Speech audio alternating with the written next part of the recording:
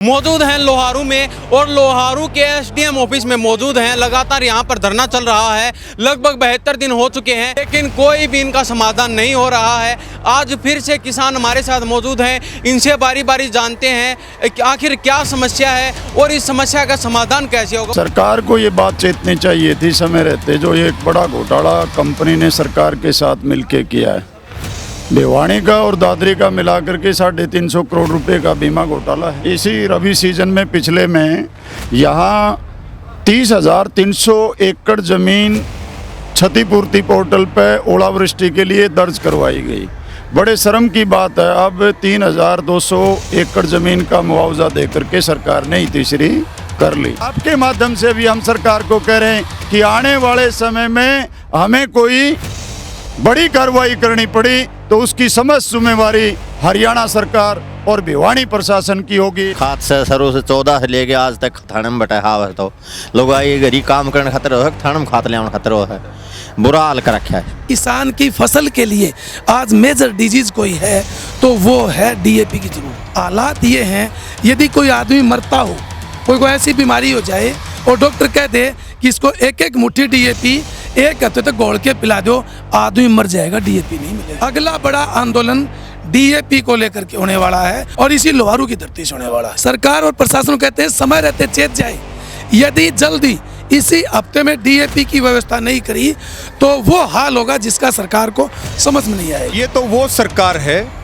कि घोड़ों को नहीं है घास और गधे खा रहे हैं च्यवनप्राश। लक्ष्मी चंद की रागनी गाया करते थे कि भाई ऐसा समय आ जाएगा कि आपके पास पैसे होंगे लेकिन आपको सामान नहीं मिलेगा। आज ये वही सरकार है जिसने डीएपी का वजन घटाया और पैसे बढ़ा दिए। उसकी जो सब्सिडी थी वो लगातार कम करी गई।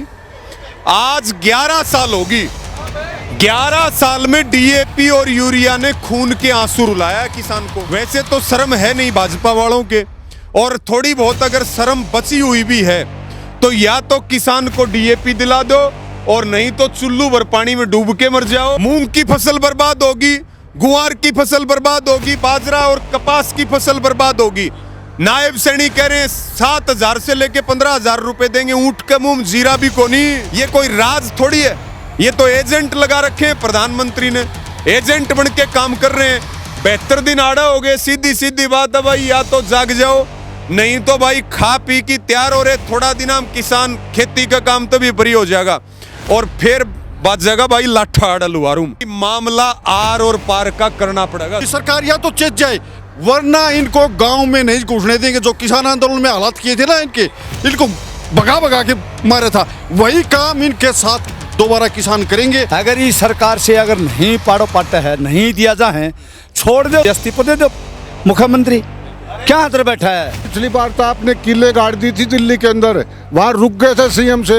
अब की बार संसद भवन पार करेंगे, ये देख लो। नमस्कार, स्वागत आपका हरियाणा न्यूज 24 पर। मैं हूं हिमांशु लांबा, मेरे सहयोगी विनय सिंधु के साथ। मौजूद हैं लोहारू में और लोहारू के एसडीएम ऑफिस में मौजूद हैं। लगातार यहां पर धरना चल रहा है। लगभग 72 दिन हो चुके हैं, लेकिन एक समस्या इनके सामने और आ चुकी है। खाद की समस्या काफ़ी बड़ी है और लोगों को घंटों घंटों तक सुबह से लेकर शाम तक लाइनों में लगा रहना पड़ता है। कोई भी समाधान इनका नहीं हो पा रहा है।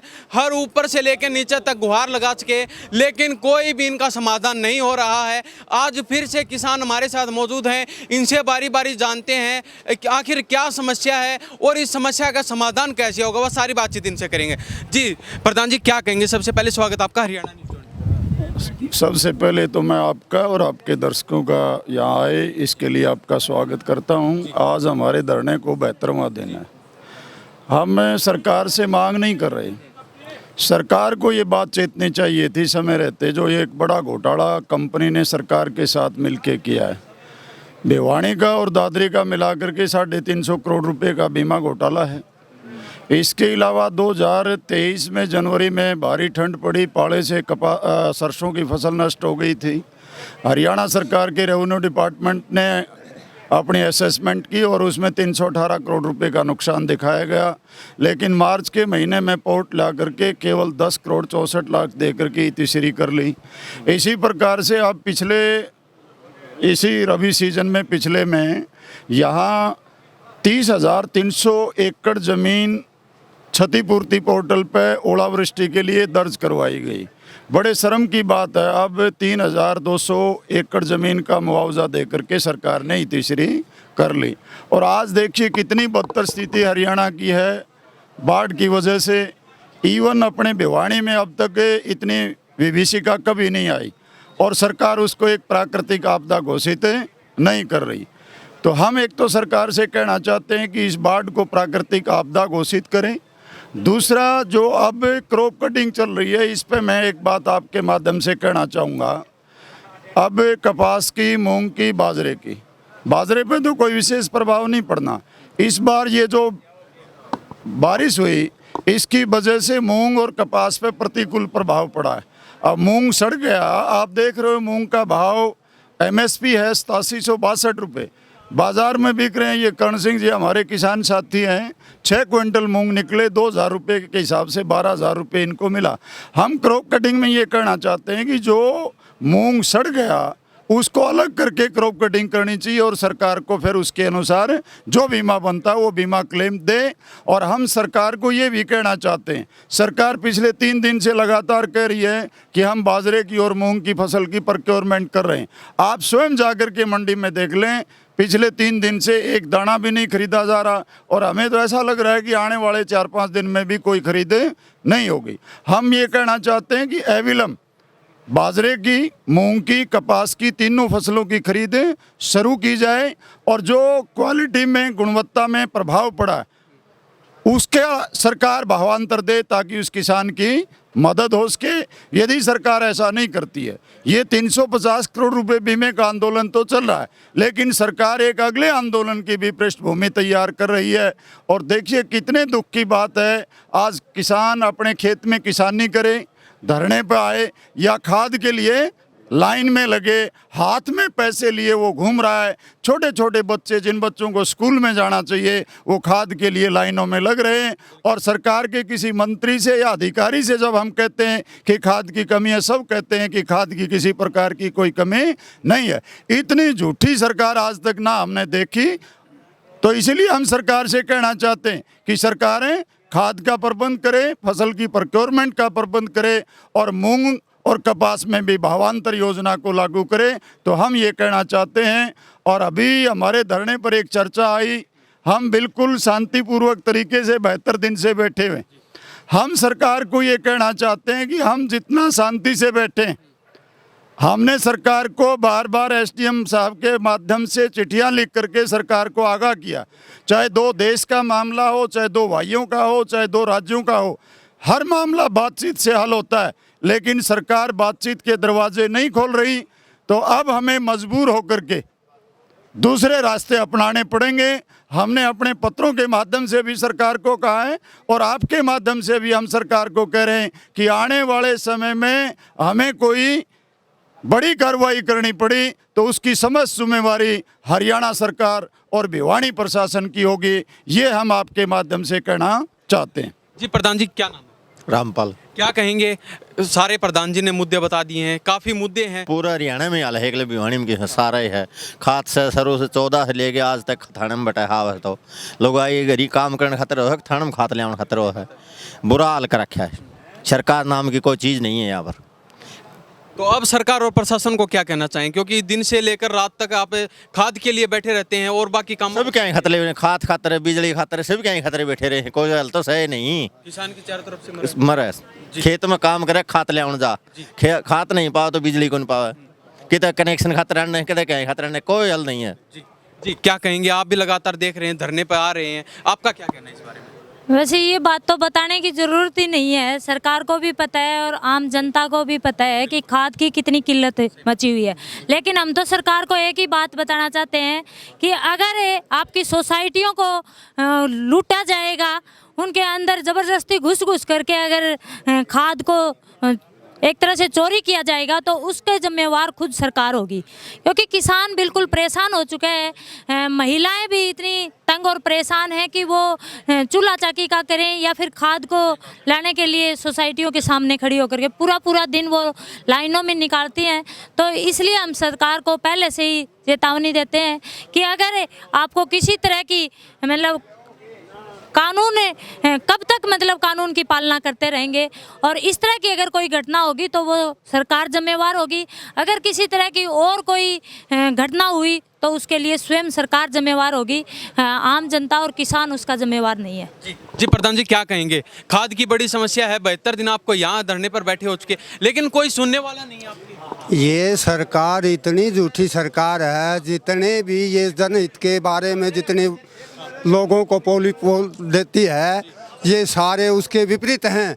ये भ्रष्ट मुक्त सरकार का वादा जो है ये बिल्कुल जुमला है। सारे इनके जुमले जो है उस जनता के खिलाफ हैं। इतना भ्रष्टाचार इस सरकार में है, चाहे वो बिजली बोर्ड का है या रोड महकमे का है या किसी भी विभाग में जितने भी कार्य करवाए जाते हैं उनमें इतना भ्रष्टाचार है और उसका सारा वो जो है ना वो किसान के ऊपर पड़ रहा है। लेकिन किसान के साथ आज आपदा इतनी आई हुई है जिसके बारे में सरकार के कान पर जूं तक नहीं रेंग रही। आखिर अगर सरकार इस बात के ऊपर गौर नहीं करती है तो ये किसान कभी ये सोच रहे हो कि भाई ये कुछ किसान यहाँ धरने पर बैठे हैं, ये खाली यहाँ का धरना नहीं है, पूरे हरियाणा सरकार को हम आगाह करते हैं कि भाई किसान लामबंद होकर के इस सरकार के नाक में दम ला देंगे और जो हमारी जो उचित मांगे हैं उनके ऊपर गौर नहीं करेगी तो हम इस आंदोलन को बड़ा तेजी से लड़ेंगे और इस सरकार को झुका करके छोड़ेंगे। जी, हमारे साथ एडवोकेट साथी मौजूद हैं, खुद न्याय दिलाने वाले हैं, लेकिन अब खुद न्याय की मांग कर रहे हैं एक तरह से। तो इनसे बातचीत करते हैं, क्योंकि लगातार 72 दिन से ये भी धरने पर बैठे हैं, लगातार अपनी आवाज़ उठा रहे हैं, लेकिन अभी तक कोई इनकी सुनवाई हुई नहीं है। जी, सबसे पहले स्वागत आपका हरियाणा न्यूज़। जी, सबसे पहले तो मैं धन्यवाद करता हूँ हरियाणा न्यूज़ 24 का कि ऐसे सेंसिटिव मुद्दों को बड़ी गंभीरता के साथ उठाते हैं। जी, तो क्या कहेंगे? सबसे पहले तो खाद का मुद्दा लगा लीजिए, क्योंकि सुबह से लेकर शाम तक किसानों को लाइन में लगा रहना पड़ता है। 72 दिन से 350 करोड़ रुपए के फसल बीमा घोटाले को लेकर के हम यहाँ बैठे हैं। तो ये जो धरना स्थल है ये लोहारू क्षेत्र का, भिवानी का, चरखी दादरी का एक तरह से कष्ट निवारण समिति बन गई है। जो भी लोगों को समस्या होती है बिजली की, पानी की, तो यहाँ आते हैं कि हम एसडीएम को या एसडीओ कहते हैं, समाधान होता है। उसी तरह से अब एक मेजर प्रॉब्लम जिसको क्रोनिक डिजीज कहते हैं ना, कैंसर जैसी बीमारी होती है, वैसी किसान की फसल के लिए आज मेजर डिजीज कोई है तो वो है डीएपी की जरूरत। और डीएपी की हालात ये हैं, यदि कोई आदमी मरता हो, कोई ऐसी बीमारी हो जाए और डॉक्टर कह दे कि इसको एक एक मुट्ठी डीएपी 1 हफ्ते तक घोल के पिला दो, आदमी मर जाएगा, डीएपी नहीं मिलेगी। हालात ऐसे बुरे हैं। तो इससे ज़्यादा बुरी स्थिति क्या होगी? अगला बड़ा आंदोलन डीएपी को लेकर के होने वाला है और इसी लोहारू की धरती से होने वाला है। नो डाउट, निसंदेह, यानी कि किसान, ये हमारा आंदोलन चलता रहेगा डीएपी के लिए और स्मार्ट मीटर के लिए, जो एक बड़ा स्कीम स्मार्ट मीटर का है। इन दोनों के लिए बहुत बड़ा मूवमेंट गांव-गांव में नीचे चिंगारी फूटती जा रही है और वो दावानल बनने वाला है। बड़ी मसाल बन करके वो एक चिंगारी बनेगी। सरकार को उसका खामियाजा भुगतना पड़ेगा। डीएपी के नाम पे बड़ा आंदोलन होने वाला। अब सरकार और प्रशासन को क्या कहना चाहिए? सरकार और प्रशासन कहते हैं समय रहते चेत जाए। यदि जल्दी इसी हफ्ते में डीएपी की व्यवस्था नहीं करी तो वो हाल होगा जिसका सरकार को समझ में नहीं आएगा, अंदाजा भी नहीं है। बड़ा आंदोलन होगा, सब कुछ जाम हो जाएंगे। जी, रवि भाई क्या कहेंगे? आप भी लगातार देख रहे हैं कैसे धरना चल रहा है लगातार। देखिए, बात तो बहुत तकलीफ की है, लेकिन सरकार की जो पॉलिसी है उस हिसाब से हंसी आती है सरकार के ऊपर। और ये तो वो सरकार है कि घोड़ों को नहीं है घास और गधे खा रहे हैं च्यवनप्राश। यानी कि लक्ष्मी चंद की रागनी गाया करते थे कि भाई ऐसा समय आ जाएगा कि आपके पास पैसे होंगे लेकिन आपको सामान नहीं मिलेगा। आज ये वही सरकार है जिसने डीएपी का वजन घटाया और पैसे बढ़ा दिए। उसकी जो सब्सिडी थी वो लगातार कम करी गई। आज 11 साल होगी, 11 साल में डीएपी और यूरिया ने खून के आंसू रुलाया किसान को। कालाबाजारी हो रही है, महंगे रेट पे डीएपी मिल रही है। जो दुकानदार हैं वो डीएपी के साथ ये कहते हैं सल्फर लेके चले जाओ, जिंक लेके चले जाओ, एनपीके लेके चले जाओ। कहाँ तो एग्रीकल्चर डिपार्टमेंट है, कहाँ सरकार है। और जो सरकार डीएपी नहीं दिला सकती वो किसान को फसल का मूल्य दिला देगी क्या? और ये दारू 12 महीने बिकती है, एक दिन भी खत्म को नहीं हो। डीएपी तो साल में 2 बार चाहिए, यूरिया तो साल में 2 बार चाहिए। ये सरकार के हालात हैं। तो हम सरकार को ये कह रहे हैं, वैसे तो शर्म है नहीं भाजपा वालों के, और थोड़ी बहुत अगर शर्म बची हुई भी है तो या तो किसान को डीएपी दिला दो और नहीं तो चुल्लू भर पानी में डूब के मर जाओ। और कालाबाजारी बंद होनी चाहिए, कालाबाजारी बंद होनी चाहिए। जो ज्यादा रेट ले रहे हैं वो बंद होना चाहिए। जो जबरदस्ती, मैं तो ये कहता हूं किसान भाइयों को कि सारे तो बिल लो दुकानदारों से, इनकी वीडियो बनाओ दुकानदारों की और इनके नाम सोशल मीडिया पे सार्वजनिक करो जो लोग किसान को लूटने का काम कर रहे हैं। क्योंकि सरकार तो कुछ करेगी नहीं। अभी बाढ़ आई, जल भराव का मामला चल रहा, केवल और केवल लोगों ने ही सहयोग किया है, सरकार तो नदारद है। दूसरी बात, ट्यूबवेल कनेक्शन की आप बात कर लो, एक किसान ने 3 से 6 लाख रुपए दे रखे हैं। एक ट्रांसफार्मर ना मिलने के कारण किसान की फसल सूख रही है। आधा देश पानी से मर रहा है और आधा देश पानी की कमी से बर्बाद हो रहा है। केवल ट्रांसफार्मर के कारण किसान का ट्यूबवेल चालू नहीं हो पा रहा। कर्जा लेकर के 3 से 6 लाख रुपए उसने दे रखे हैं। सरकार कह रही थी, हरियाणा के मुख्यमंत्री नायब सैनी बड़ी बड़ी बात कर रहे थे, 22 सितंबर से खरीद होगी। आज तक जो ई खरीद पोर्टल है वो सरकार का चालू नहीं हुआ। खरीद कैसे होगी, सरकार इस बारे में बताए। सरकार ने दावे किए, जैसे कि क्रॉप कटिंग की बात हम कर रहे थे, हम बातचीत कर रहे थे कि भाई मूंग की फसल बर्बाद होगी, गुआर की फसल बर्बाद होगी, बाजरा और कपास की फसल बर्बाद होगी। नायब सैनी कह रहे हैं 7,000 से लेके 15,000 रुपए देंगे। ऊंट के मुंह जीरा भी को नहीं, इन कम से कम 50,000 रुपया चाहिए। 2 फसलों का उड़ने दो जिनका पानी खड़ा है, बुआई नहीं हो सकती। और ये जो मकान खराब हुए इसके दो कम से कम 5 लाख रुपए। और बिजली का बिल इनका करो 1 साल का माफ। और जो गांव डूब गए, फसल बर्बाद होगी, उनका 12 महीना का बैंक का लोन का ब्याज माफ करो। लेकिन मुख्यमंत्री, प्रधानमंत्री कहे जीएसटी उत्सव मनाओ, मुख्यमंत्री कहे जीएसटी उत्सव मनाओ। मारे यो पूर्व मंत्री था जेपी दलाल, इसने भी कड़े रोहतक भेज रखा जीएसटी उत्सव मनाने खातर। लोहारवाड़ा ने बड़ी मुश्किल तो पंडा छुटाया है। समस्या तो घनी बहुत है, बात बनेगी नहीं। खाद नहीं मिल रही, फसल नहीं बिक रही, औने पौने दाम पे मूंग का एमएसपी 8700 रुपए है, बाजार में बिका है 2,000 रुपए। कितना रुपया घाटा हो गया? 6700 रुपए का घाटा। अब कहां इनकी एमएसपी को चूहे खा गए क्या? जो मुख्यमंत्री कहते थे 24 फसलों पे एमएसपी देंगे। अगर झूठ बोलने का अवार्ड मिल जाए ना, कोई नोबेल प्राइज बना देना चाहिए। पहला तो मिलेगा मोदी ने, और दूसरा नोबेल प्राइज अगर कोई हकदार है तो हरियाणा का मुख्यमंत्री नायब सैनी है, जो सवेरे लेकिन रात झूठ बोलने का काम करे। और उसका खुद का विधानसभा नारायणगढ़ में भी किसान सड़कों के ऊपर बैठे हैं। 2 दिन हम पहले जाकर के आए। ये कोई राज थोड़ी है, ये तो एजेंट लगा रखे हैं प्रधानमंत्री ने, एजेंट बन के काम कर रहे हैं। 72 दिन आड़ा हो गए। सीधी सीधी बात है भाई, या तो जाग जाओ, नहीं तो भाई खा पी की तैयार हो रहे। थोड़ा दिन हम किसान खेती का काम तो भी बरी हो जाएगा और फिर बात जाएगा भाई लाठा आड़ा लुहारूम। और लाठे बिना बात नहीं बने। आज सारे किसानन, सारे नौजवानन यह बात तय करी है कि मामला आर और पार का करना पड़ेगा। सरपंच साहब जी, प्रधान जी क्या कहेंगे आप? बोलिए। जैसे काफी मुद्दे चल रहे हैं, खाद का है, 72 दिन यहाँ पे बैठे हो चुके, 350 करोड़ का आपका मुद्दा चल रहा है। देखिए, सबसे पहले तो आपकी न्यूज़ का बहुत बहुत धन्यवाद, जो आप यहाँ आके हमारे मुद्दे को शिखर तक पहुँचा रहे हो।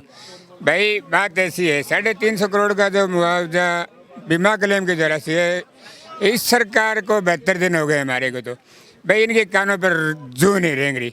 और अब आज चौधरी देवीलाल जी के जन्मदिन पर 112वें पर आज लोगों में कुछ ये जान आई है, क्योंकि इस शख्सियत ने किसान को सड़क से लेकर संसद तक ये बताई थी कि भाई हमारा आंदोलन होगा तो हम कुछ लेकर रहेंगे। आज काफ़ी लोग जागरूक हो गए हैं कि भाई आज से हमारे ये प्रण ले लिया है, या तो सरकार एक हफ्ते में इस चीज़ का समाधान करे, नहीं तो आर और पार की कोई भी लड़ाई का ऐलान कर दिया जाएगा। उससे सारी जिम्मेवारी सरकार और प्रशासन की होगी।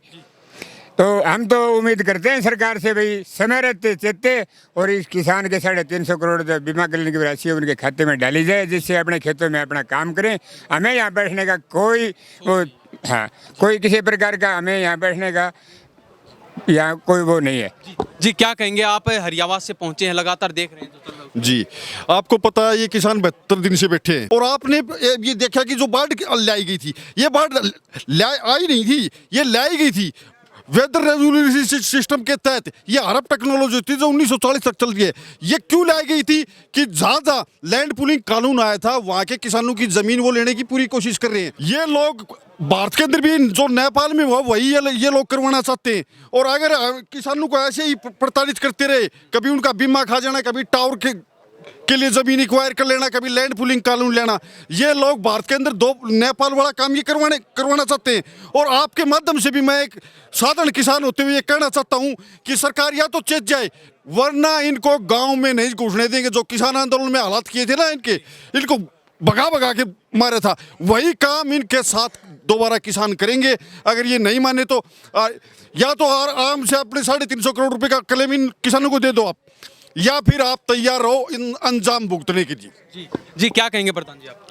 मत ये कहूँगा आपके चैनल के माध्यम से, जो इन किसानों ने कही है, जितनी आपने बताई है चैनल पर, अगर इस सरकार से अगर नहीं पाड़ो पाटा है, नहीं दिया जाए, छोड़ दो, इस्तीफा दे दो मुख्यमंत्री, क्या हाथ बैठा है। ये बीमा कंपनी है या वो पर में जो कटवाया था वो भी खागी, और किसाना का जो क्लेम बनाया था वो भी खागी। तो यो अगर ना है, इस लिहाजा नहीं है, बस की बात है, तो क्या जरूरी है इसके लिए कुर्सी छोड़ दो। कुर्सी नहीं हो और आड़ बैठनिया तो गणाए हैं, इसने सुलझावनिया बहुत से। हम तो यह चाहूँ हाई सरकार से के तो किसाना को बाढ़ डालो, यो भी आएगा बस को नहीं कितने बस को नहीं, तो इसलिए छोड़ो इस कुर्सी नर और बैठनिया काफ़ी। जी प्रधान जी क्या कहेंगे चलते चलते आप? ये जी किसानों की बात ये है कि लगभग तो रवि आज़ाद ने सारी बातें बता दी, लेकिन एक किसान के साथ सिर्फ मुआवजा का ही मामला नहीं है। बिजली बोर्ड भी इससे घटिया काम कर रहा है। जैसे यूनिटों के ऊपर 100 यूनिट की कीमत कुछ लगा रखी है, 200 की कुछ लगा रखी है, 500 की कुछ लगा रखी है। ये लोग क्या करते हैं कि रीडिंग के अंदर जब किसान के 100 यूनिट निकलते हैं उस समय रीडिंग नहीं लेके आते। अब ये 200 यूनिट हो जाते हैं उस समय रीडिंग लेते हैं, तो उसमें 7-8 रुपए का चार्ज लगता है किसान के ऊपर। कहने का मतलब ये है किसान की चारों तरफ से मर आ चुकी है, घिर चुके हैं, चारों तरफ से लूटने का काम कर रही है। अब जो ये मुद्दे चल रहे हैं इनको लेके आप सरकार को क्या कहना चाहिए? इनको ये कहना चाहेंगे, या तो जैसे धरना का मामला है, अब 350 करोड़ रुपए इनका मुआवजा है। अब मुआवजा किसानों से पैसा लिया गया कंपनी का, उनका हक बनता है इनको वापस नुकसान होने पर पैसा देने का। या तो वो पैसा दे, या उन लोगों को पैसा नहीं देते, सरकार उनको गिरफ्तार करे उस कंपनी को। अगर सरकार से कुछ नहीं होता, सरकार को इस्तीफा दे देना चाहिए कि हमारे से हरियाणा नहीं चल रहा भैया, आप किसी को बैठाओ, किसी को भी संभालो। तो तुरंत सैनी साहब को इस्तीफा देना चाहिए, या उस कंपनी को गिरफ्तार करनी चाहिए, या इनका मुआवजा देना चाहिए। और मुआवजा लेकर के किसान उठेंगे। जब तक मुआवजा नहीं मिलेगा ये धरना यहाँ से हिलने वाला नहीं है। और आगे जैसे पीछे भी आपको कईयों ने बताया है, आर पार की लड़ाई होने वाली है। अब जो है न संयम खत्म हो चुका है किसानों का। और मैंने पहले भी कहा था कि पिछली बार तो आपने किले गाड़ दी थी दिल्ली के अंदर, वहाँ रुक गए थे सीएम से, अब की बार संसद भवन पार करेंगे, ये देख लो। जी बहुत बहुत धन्यवाद आप सभी का। जी, तो ये हमारे साथ लोहारू के किसान मौजूद थे। सारी मुद्दों पर बारी बारी बातचीत की है। सारे मुद्दे इन्होंने बता दिए हैं, खाद का है, जो भी मुद्दे चल रहे हैं लगातार, उन सभी से ये दुखी हैं, हताश हैं। तो ये कह रहे हैं कि जल्दी से जल्दी हमारी मांगों की सुनवाई की जानी चाहिए और जल्दी से जल्दी हमारा जो मुआवजा 350 करोड़ का वो मिलना चाहिए। तो इस बारे में हरियाणा प्रदेश की जनता की क्या प्रतिक्रिया है, इन्हीं सब बातों के साथ मैं हिमांशु लांबा, मेरे सहयोगी विनय सिंधु के साथ हरियाणा न्यूज़ 24। नमस्कार, जय हिंद।